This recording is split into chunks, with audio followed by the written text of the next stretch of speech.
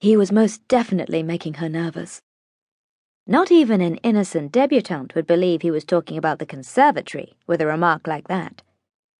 Especially not after the way he'd studied her with his eyes all through dinner, stalking her without moving from the table, or after the way his hand had loitered so deliberately at her back.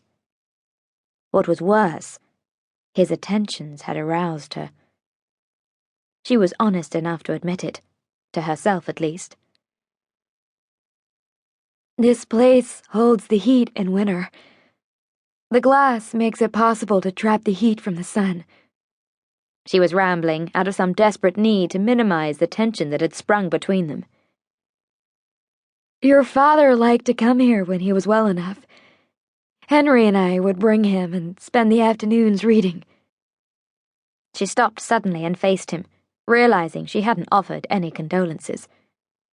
It had seemed the wrong thing to do amid the gay atmosphere of the aunt's dinner party. I am sorry for your loss. Your father was a good man, a brave man. Was he? Mr. Bedivere's green eyes narrowed in dangerous disagreement. Pardon me, Mrs. Ralston. I don't need a stranger to tell me about my father. A person of less fortitude might have flinched under the cold words. She squared her shoulders and met his gaze unswervingly. Forgive me. I thought perhaps it would ease your grief to know he died well. Why? Because I wasn't here? There it was, the crime she'd charged him with at the dinner table. Absent Ashe Bedivere, who couldn't be bothered to come home. It seemed wrong that she, a mere stranger of a neighbour, had seen more of the Earl in his last days than his own son had. Surely you knew how grave his situation had become. Is the pun intended, Mrs. Ralston? There was a terse set to his finely carved jaw, and a hardness to his gaze that matched his rigid posture. Genevra bristled. Handsome or not, it was ill-mannered of him to think she'd engage in witty wordplay in the midst of a delicate conversation.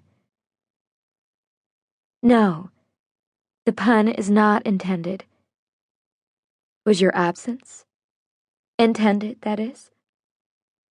His eyes glittered dangerously, his tone forebodingly quiet. I must inform you, Mrs. Ralston. I find this an unsuitable topic of conversation between two people who have barely met.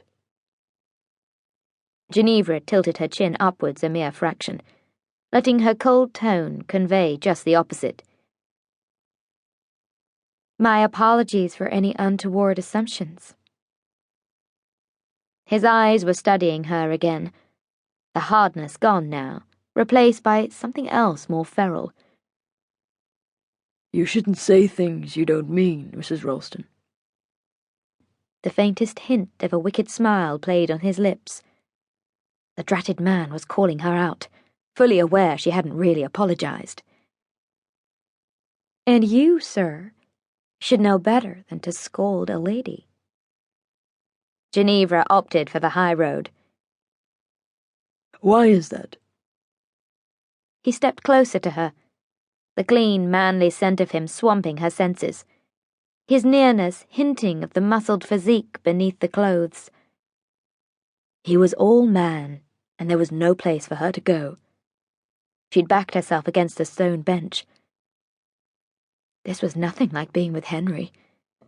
Henry was the consummate companion, comfortable, never imposing. There were no prickles of awareness like the ones goose-pimpling her skin right now. Because you are a gentleman. At least he was dressed like one. Up close, she could appreciate